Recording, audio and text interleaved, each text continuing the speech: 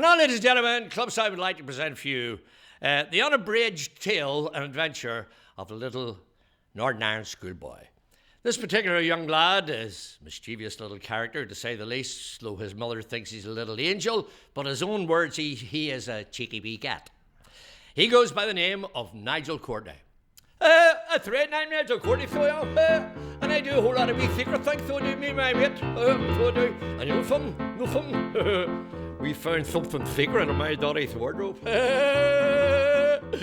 I wrote a wee song about it. You want to hear it? All right, we can do that, we can do it. It's called My Daddy's Wee Balloons. Goes like this. My daddy's wee balloons are all peculiar. He keeps them in a wardrobe out of sight. They're in packets and he buys them by the dozen.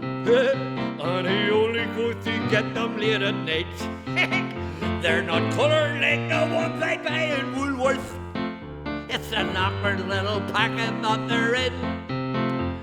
I took some round to Billy's birthday party, but his mother only threw them in the bin. Oh yes, my daddy's wee balloons, they're very hard to blow up, that's for sure. Oh yes, my daddy's wee balloons, someday we'll find out what they're really for. Something brilliant, isn't it? Something brilliant wee song I wrote. Yes. Now it's peppermints, you're off to see my sister. She's got small ones all with numbers in her purse. I stole some last week for me and Billy, but the more we supped, the flavour just got worse. Now my sister got so angry and she got me, 'cause her boyfriend, he was coming round quite soon. He arrived, but he had to wait for ages when my sister looked around for Dad's balloons. Oh yes, my daddy's wee balloons, they're very hard to blow up, that's for sure. On the car now. Oh yes, my daddy's wee balloons, they will find out what they're really for. Yes, but that's good. Now Billy says he's got a similar problem of peppermints, balloons and things like that. He remembers all the rows that were in his house when his sister's belly started getting fat. But it's no use us expecting understanding, 'cause you might as well be talking to the wall. In fact, you probably get a better answer from Billy's daddy's blow-up rubber doll. Oh yes, my daddy's wee balloons, they're very hard to blow up, that's for sure. On the car, take it up. Oh yes, my daddy's wee balloons, someday we'll find out what they're really for. On the fiesta, see you later, my pod, we cat, so on. Now, joining me on the big interview this week is a band that need absolutely no introduction. They're currently celebrating 48 years on the road, and it's great to have them here in the studio. Clubsound, guys, welcome to the studio. Took a sharp breath there, 48 years. Pass me the hypodermic, quickly. How's the time flown in? It has been amazing. We've had such a varied career. Yeah. That it has just gone by like that. We've done a bit of everything. Yeah. Really, we've been very, very lucky. So, Alan, 48 years on the road, it must be a record. You must be the longest band on the road. It feels like it. In fact, we've been on the road so long, people tend to think we're a Clubsound tribute act. But it's flown. It's flown, really, just gigs, places, times, and we've had our ups and downs and all sorts of escapades, like flights on 6-seater aircraft and bits and bobs, but overall been great, but it hasn't seemed like 48 years. Well, we'll take a look back over the 48 years in just a second, but George, we'll come to you first, because of course before Clubsound came along, you had a lot of success in other bands like the Monarchs, and you started skiffle groups and stuff back then. Some people say, have you been long in the music? I think I was just getting out of nappies when I started. No, my sister bought me my first guitar when I was 11, and that was 19. And I just really just plonked along till I learned it. Taught myself under the blankets at night, just trying to learn every chord, blood in the fingers, the usual thing. And you're quite right, we started in skiffle music. Skiffle was the music then, Lonnie Donegan and stuff like that, Chas McDevitt. So all guys at school decided that we would have a skiffle group, which was a tea chest, a washboard, and some acoustic guitars. And the funny thing about it was that I came from working class backgrounds, and our wee street people hadn't much money. But there was one guy in the street who is now a very well-known pastor, believe it or not, Pastor Bill Dunn. He's a good friend. His mother and father afforded, or were able to afford, him to go to music lessons, guitar lessons. Yeah. So we waited till he came home, and then we all went up to his house and copied it. So we got the lessons for nothing. And that's how he progressed. And then Van, of course, lived around Hindford Street. He appeared with a saxophone. The skiffle became rock and roll. Jerry Lee, Chuck Berry were all fanatical, Ray Charles. And that developed into a group, really. And then groups weren't getting much work in those days. It was all show bands. Yes. So we decided to call ourselves the Monarch Show Band with 9 people in it. Wow. I think there was enough to buy a sandwich when you were paid at the end of the day, but the music was the thing. In those days, when you grew up in those periods of the 60s, it was all about the music. Later on, we then just dispelled the whole show band bit. We turned back to our roots, which was blues and rock and roll. We gave up our jobs, headed off to Scotland, starved in Scotland, thought we're never going to make it here. Just go to London, we'll be discovered, you know. Hello. We had no idea. We'd never been out of Belfast. We starved in London, getting moved from car parks. And then by a strange quirk of fate, this guy discovered us. We'd backed him up in Scotland, and he was a one-hit wonder. He got us into his office, his agency. They sent us to Germany, same time as the Beatles were there. Wow. And we were the first Northern Ireland band to go to Germany and play the nightclubs. Elvis was down the road in Mannheim. The Beatles were up in Hamburg, and we were in Heidelberg. And there were long sets you were playing in Germany. We weren't played they? from 8 at night to 4 in the morning, 7 nights a week, and we did a matinee on Saturday and Sunday in the afternoon. That is how to learn your trade. We isn't never it? saw daylight. Wow. And to quote an old phrase, those young lads became men overnight. We learned our trade in those years, really, and then with a hit record in '63, I was singing it. Van plays saxophone on it, and it was a Hully Gully dance thing. It was all American dance thing. And it got into the charts, but by that time we'd come home, split up. Van, the rest is history. Van decided to go right back to his roots of blues, formed them. I went into show bands just to make money. And I suffered and didn't suffer, but I played 6 nights a week in show bands around the world. Alan did as well. You'll hear from Alan and the Plattermen. I played with Dave Glover in a lot of bands. And in about 1969, 68, I was about to get married, give up the whole show band thing, and started doing comedy. And that's when cabaret was starting in Belfast, big style. I mean, 13 cabaret clubs in Belfast at one stage in the city centre. So how did Clubsound start then? It's the funniest story ever. I played with another band in the Abercorn called The Professionals. They decided to leave, and the owner, bless his heart, R.I.P., Dermot O'Donnell, came. He says, would you put a band together to be the resident band? So I set about getting really good musicians. One of them was Tommy Thomas, Eddie McCrudden, Billy Bingham, and Harry Hicklin. That was the original band that started. And we started rehearsing. The band sounded good, but we suddenly realised we didn't have a name. Right. So I went to Dermot O'Donnell. I says, I've got your resident band. They're sounding good. We'll be able to back all the visiting artists. They're all good musicians. I says, but we don't have a name. He says, never worry about a name. He says, call it anything. So you're playing in the club. Call it Clubsound. I says, okay. And that's as simple as how Clubsound started.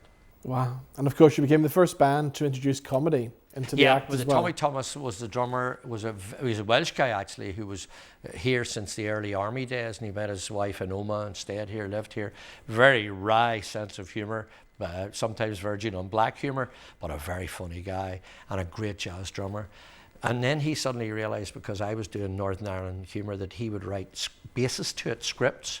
So we started working together up in his place, and that's how Belfast, wonderful town, emerged. Shankill Airways, Tonga LOL, The Professionals, which was a slate at the British Army teaching them how to speak Ulster. Know what I mean? We even took all that. He had a wonderful warped sense of humour, but it worked brilliantly. Yes, and a very funny guy to look at.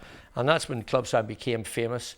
And in some stages, for about 2 to 3 years in the Abercorn, we were getting bigger crowds than the actual visiting artists were. And there were big names playing. There were big those venues names at coming, that time. yeah. You know what I mean? We had the original Vocal Perfection was the real thing. That's who they were. Yeah. Little, what do you call a little, Katie Cassoon. Right. Was over. Little and Large were all over. Cannon and Ball came. Stacks of the bands came. They came direct from Vegas sometimes. Korean Kittens. We backed them all. But we learned our trade, and this guy, agent, kept coaxing us to leave the Abercorn. Come on, get over to England. You guys are too good, blah, blah, blah. Tommy wouldn't move. Right. And suddenly, the bomb went off. Well, that's the thing. A lot of people remember the Abercorn for the good times, but sadly there was that incident and the bomb went off. What's your memories of that night? They actually were very, very vague and yet real at the same time.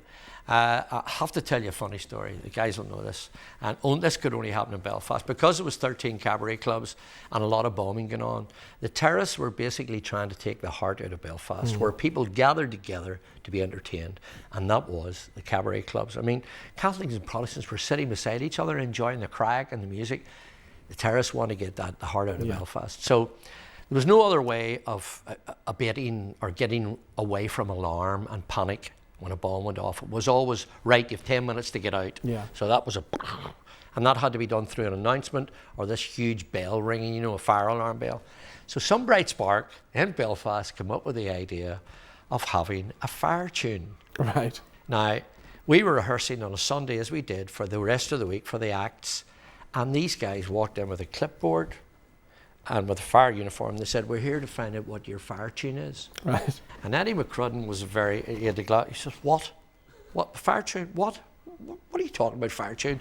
Every cabaret club resident band had to have a fire tune that when they stopped everything, they got the word, immediately broke into the song. The waiters would go to their stations and the guys to see people out through the exits, quietly, without ringing any bells. And Eddie says, look, we're in the middle of rehearsals here. We can't do that. He says, look, it's law now, you have to have a fire tune. Eddie says, 3 blind mice. He says, what? 3 blind mice, that'll do. Now go ahead and leave us alone. This bomb goes off about 3 or 4 weeks later, and the place was filled with smoke, and it wasn't really smoke. It was dust from Dermot O'Donnell's 5-year-old carpet, laden with Guinness, had been. Wow. All I remember is waiters flying through the air and glass and everything in silence, slow motion, and then bang, it all hit in. You heard the alarm bells outside, fire brigades. But Eddie says in the middle of the mayhem, quick, play the fire tune, play the fire tune. And this wee guy we had in the band, saxophone player, we never rehearsed this. He was a perfect musician, everything note by note. He turned around and said, what key would you like it? And then he says, any key, just play it. It wasn't words like that, I can tell you, but that's what it was. Wow. And then that was it. We all decided we're going to leave. Yeah. Davey joined the band, the drummer that we have now. He left the freshman show band. Tommy, as I said, wouldn't travel. And we went to England on the advice of the agent. We spent a year there, signed a contract to go to South Africa, where we thought our new world was going to be. Because we took our families with us. We lived in England, and we went from there to there in England. The band took off. It was massive. Yeah. We were nominated by Batley Variety Club as the Club Act of the Year. Played massive, did television, did everything. But it was too late. Yeah. We had already signed contract to go to South Africa. And South Africa sounded wonderful. It was in the middle of the apartheid. It's hard to take for people from Northern Ireland seeing the way the black people were being treated. But anyway. And of course you had your own rough time in South Africa as well. Time. My wee son was 1.5 years. He was critical for about 3 or 4 weeks with typhoid fever. And my father died within a month of that, and I decided to come home and had enough of it. Cut a long story short, I met Tommy Thomas again. We started writing comedy again. We formed a 4-piece, played around some golf clubs. And suddenly this guy came and said, there's a residency in a wee bar called the Railway Bar in Antrim. And we needed guys. And that is where Alan appeared, and Barry, and we kept Billy Bingham, and that's how it all started. So obviously, Alan, you'd known about Clubsound, so what was your kind of thoughts on joining the band? Oh, well, I mean, I think it was just a given. I'd been with the Plannermen for 7 years. Unlike George, I have to say, I didn't starve. I worked actually in the newsletter. I joined a couple of sort of lesser known bands then. I joined the resident band in the Orpheus Ballroom, which I'm not sure it's still there or not or whatever, but it was all on top of the old Co-op building, you know, and Jim Aiken ran dances on a Tuesday night and a Saturday night, the big band date and whatever, and all the show bands come in. And with me being the resident band, you saw all the bands, Joe Dolan, the Drifters, and all the Capital, Freshmen, etc., etc. This is great. And then the Plattermen needed a lead guitar. The original was Speedy Hamilton and Artie McGlynn, and they'd left. Rob Strong joined, and by virtue of me being in the Orpheus, I was given an audition and got the job.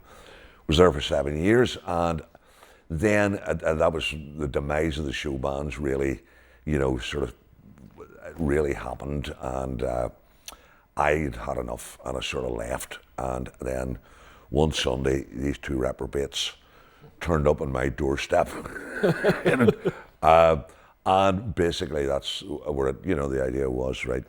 Clubsound group. When I joined the band, I played guitar, trumpet, trombone, and sawed the fiddle.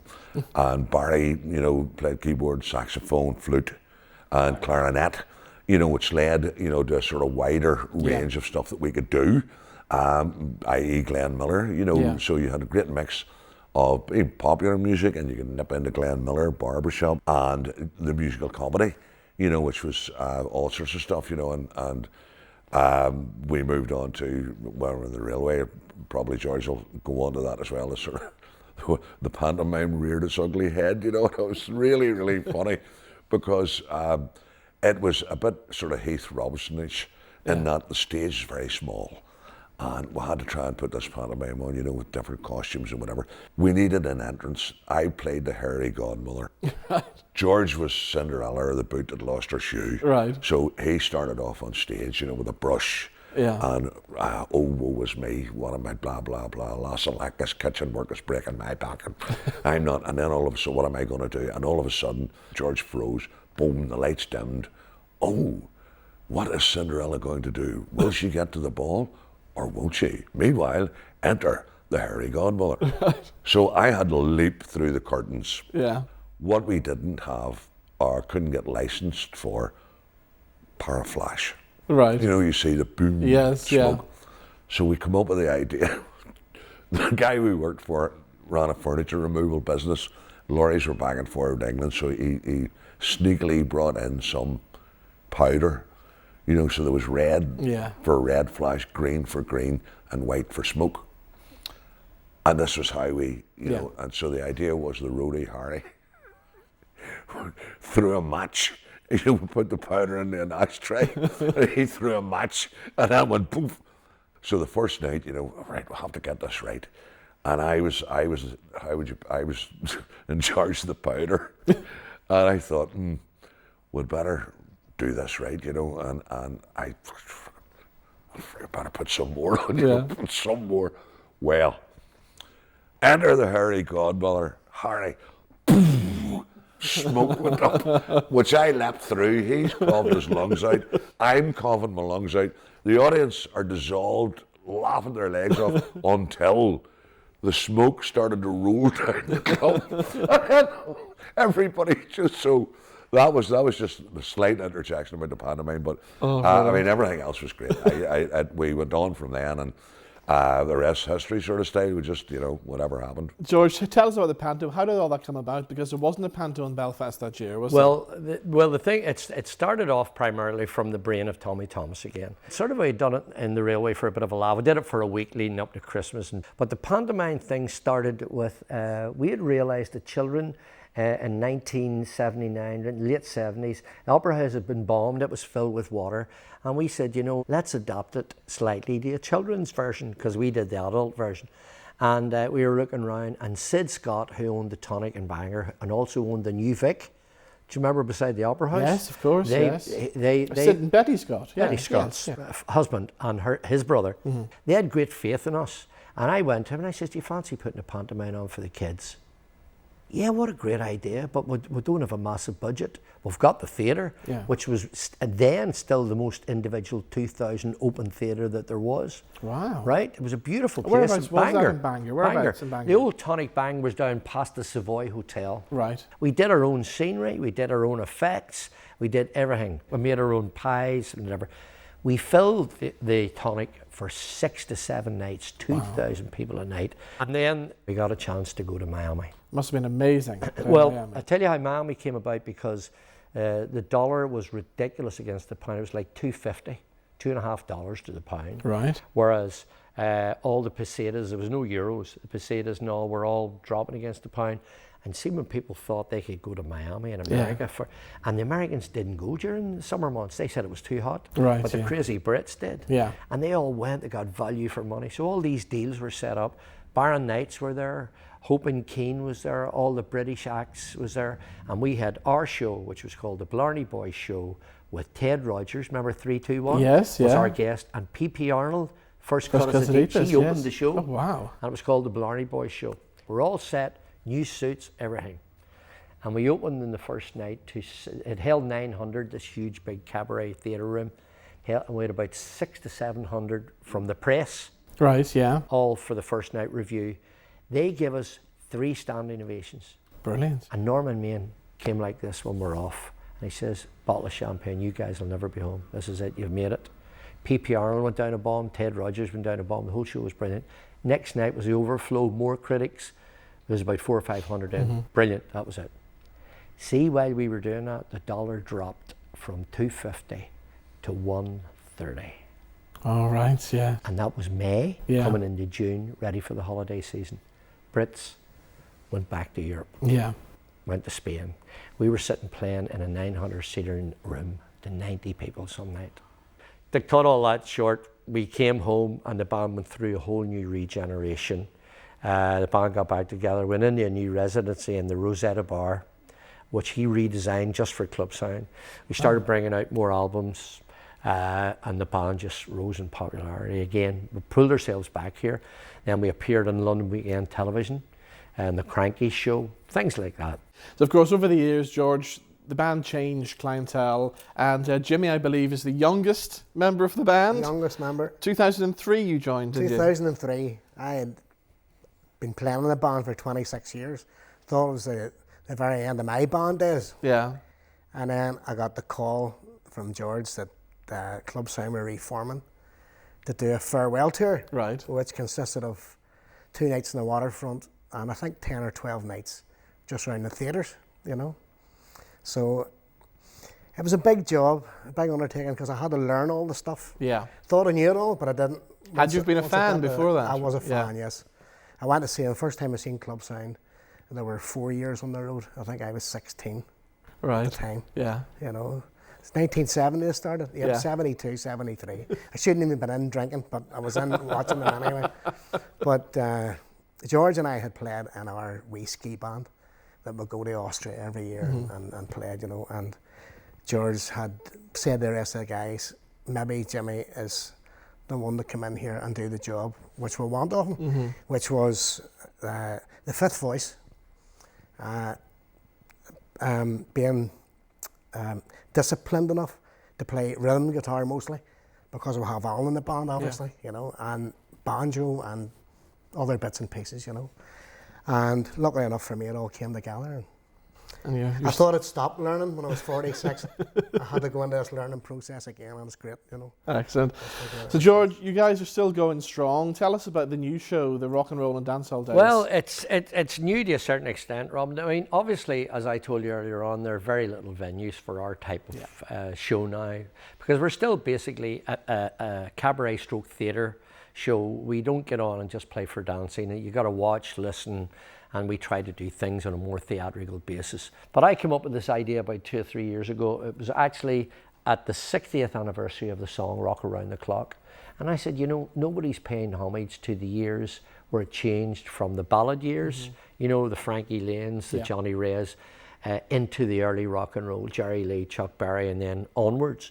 And I says, we could do this. Yeah. So I thought of the name, the Rock and Roll Years and Dancehall Days, got the guys, Alan and Barry, they did all the musical arrangements. Not trying to be a tribute act, but I would read a biog out of their life, and then either Alan's wife or somebody would come out and be Brenda Lee or Patsy Cline. Everybody we covered. And we did this for 2 years as a concert. Yeah. Filled the Opera House 3 times that we did it. So it was coming to the end of the show bands, which was 2 years ago. Yeah. We'd already done 20 years. David says, do you fancy moving rock and roll years, dancehall days, in to fill the void? And I says, yes, we could do that. He says, but I want something really different. I don't like it as a concert. Yeah. So we got in touch. Roy Haybrid, who used to be the artistic director in the arts, him and I sat down using the material we had, and we put a script where the singers would not just be singers but become actors. Right. And nobody left the stage. It's a half coffee bar set, half agent's office set, right? And everybody became actors. The band, they all played a part, and we started it in the Waterfront for 2 nights in December, and we had 13 nights, including one sold out, completely sold out night in Dublin. Brilliant. Who raved about it. So that could be the future of what we're going to do, and there's be a new show, folks. Brilliant. And that'll be hitting the stage probably at the Waterfront again just after Christmas. All right, well, George, we look forward to that. Yeah. Guys, thank you so much for coming in.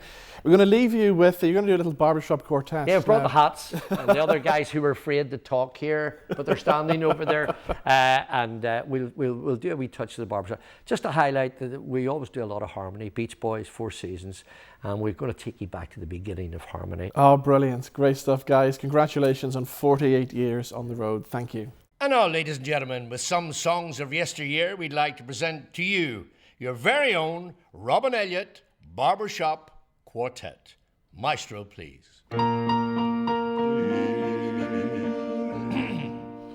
In the good old days of yesteryear, a penny bought a pint of beer, and bustles were the fashion of the day. Before the jukebox came along, the barbershop was filled with song and rendered in the good old-fashioned way. We'd like to sing some for you, if we may. Oh, if we By the light by the light, by the light of the silvery moon, I love to spoon. I love the spoon, I love the spoon. Of the honey I'll crew. Loves to Honeymoon, honeymoon, honeymoon. keep a shining and Tune yourself beans, beans, beans. we'll be cuddling Soon by the light. shine on, harvest moon up in the sky. I ain't had no love since January. Or July, Ain't no time to stay awake and swoon. So shine on, harvest moon for me and my gal.